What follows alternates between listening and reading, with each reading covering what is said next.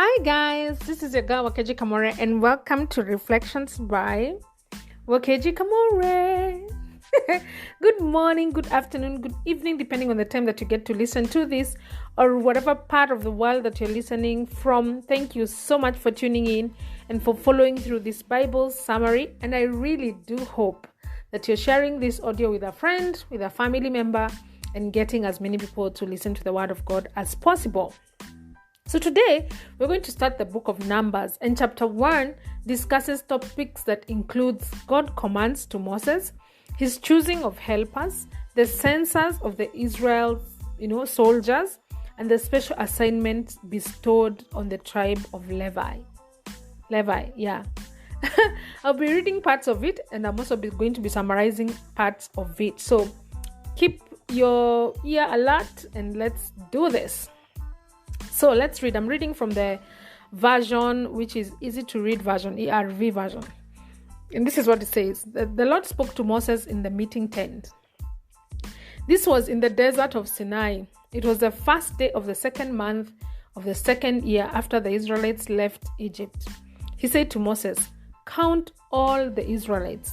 List the name of each man with his family and his family group. You and Aaron must count the men of Israel who are 20 years or older. These are all the men who are able to serve in the army of Israel. List them by division. One man from each tribe will help you. This man will be the leader of his tribe. And these are the men who will stand with you and help you." So the next about, seven verses just says what tribe they were, the 12 tribes. Remember, the 12 tribes were actually the 12 sons of Israel, or Jacob, and the man that was chosen from each tribe. So just remind you, the tribes are not necessarily named the leaders of every tribe, but I'm just going to remind you the tribe. There was a tribe of Reuben, there was a tribe of Simeon, Judah, Issachar, Zebulun. There was a descendants of Joseph, who was the tribe of Ephraim. There's a tribe of Manasseh, there's the tribe of Benjamin, tribe of Dan, Asher, Gad, and Naphtali. And then it continues on verse 16, says, all these men were the leaders of the families. Like every tribe had one man who was the leader of that tribe. And they're the ones that were appointed to help Moses and Aaron do the census. The people also chose them to be leaders of their tribes. Moses and Aaron took the men who had been chosen to be leaders and called the Israelites together on the first day of the second month. Then the people were listed by family and family groups, and all the men who were 20 years old were listed. Moses did exactly what the Lord commanded, and he counted the people while they were in the desert of Sinai. And I'm just going to do like a breakdown of what tribe had how many people, so keep listening. So from the tribe of Reuben, there was 46,500 men that were older than 20 years. Remember that they were only being counted the men who are 20 years and above, because those were the ones that could serve as soldiers. From the tribe of Simeon was 59,300. From the tribe of Gad was 45,650. From the tribe of Judah was 74,600. From the tribe of Issachar was 54,400. From the tribe of Zebulun was 57,400. From the tribe of Ephraim, and Ephraim was the son of Joseph, was 40,500. I don't know why they just don't say the tribe of Joseph. Like, honestly, I really don't know why that. I mean, they name they name the tribe in Joseph's son's name. Like, I don't understand why they don't just say the tribe of Joseph. Anyway, from the tribe of Manasseh, 32,200. From the tribe of Benjamin, 35,400. From the tribe of Dan, 62,700. From the tribe of Asher, 41,500. And from the tribe of Naphtali, 53,400. And Moses and Aaron and the 12 leaders of Israel counted these men. And there was a leader from each tribe. They counted every man who was 20 years old and older and were able to serve in the army, and each man was listed with his family, and the total number of men counted was 603,550 men. First, I'm like, that is such a huge number. And those are just the people who are like 20 years and above. I mean, and there's a whole tribe that wasn't counted. There's a tribe of Levi that was not counted. And then there were women that were not counted. There were other children that were not counted. Like, how many people were here, like in this mountain? Like, can you guys imagine like 1 million people? I'm imagining if someone is like 20 years and above at that age, they're probably married with children. So I'm like, what? We're talking about 1.2 or even, like 1 million plus for sure. So anyway, let me continue. The families from the tribe of Levi were not counted with the other Israelites. And the Lord had told Moses, don't count the men from the tribe of Levi or include them with the other Israelites. Tell the Levites that they are responsible for the tent of the agreement. They must take care of the tent and everything that is with it. They must carry the holy tent and everything in it. They must make their camp around it and take care of it.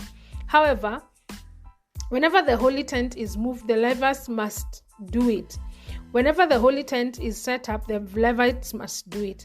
They're the men who will take care of the holy tent. Anyone else who tries to take care of the tent must be killed. The Israelites will make their camps in separate divisions. Everyone must camp near the family flag. The Levites will set up their tents so that they are surrounded by the tent, so that they surround the tent of the agreement, and they will serve as guards to keep the people from the tent, and they will protect the Israelites from the Lord's anger.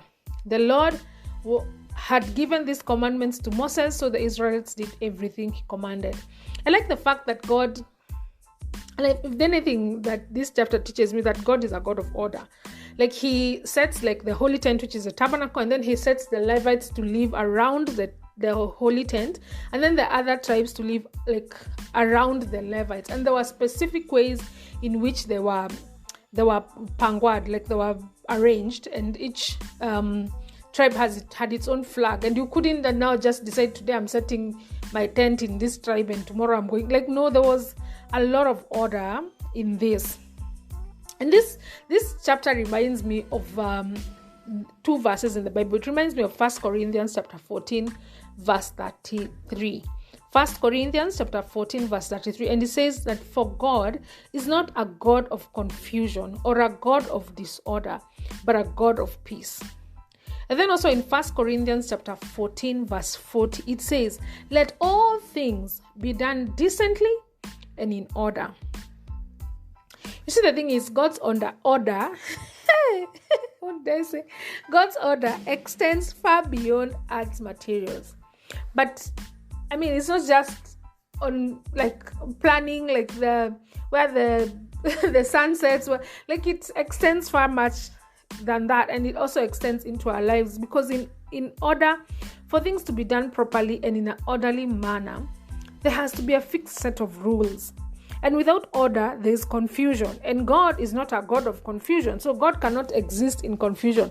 So place yote unaona confusion, God is not there. That is because confusion is not of God. God is of order and of peace.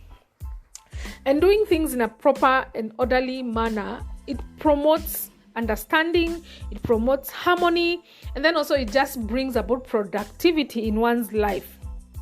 I don't know if it's my, love for organization and for neatness and for, having a little bit of control over my life that sometimes can be viewed as a little bit of OCD, but there's something so assuring about knowing that the God I have surrendered my life to is a God of order.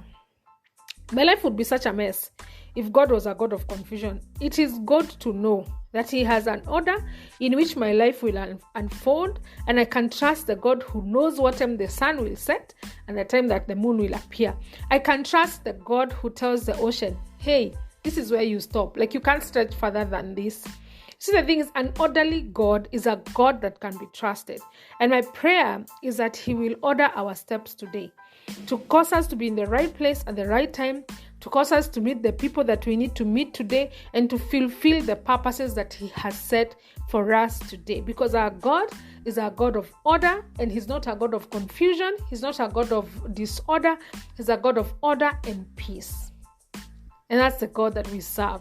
This is your girl, Wakeji Kamore, and this has been Reflections by Wakeji Kamore.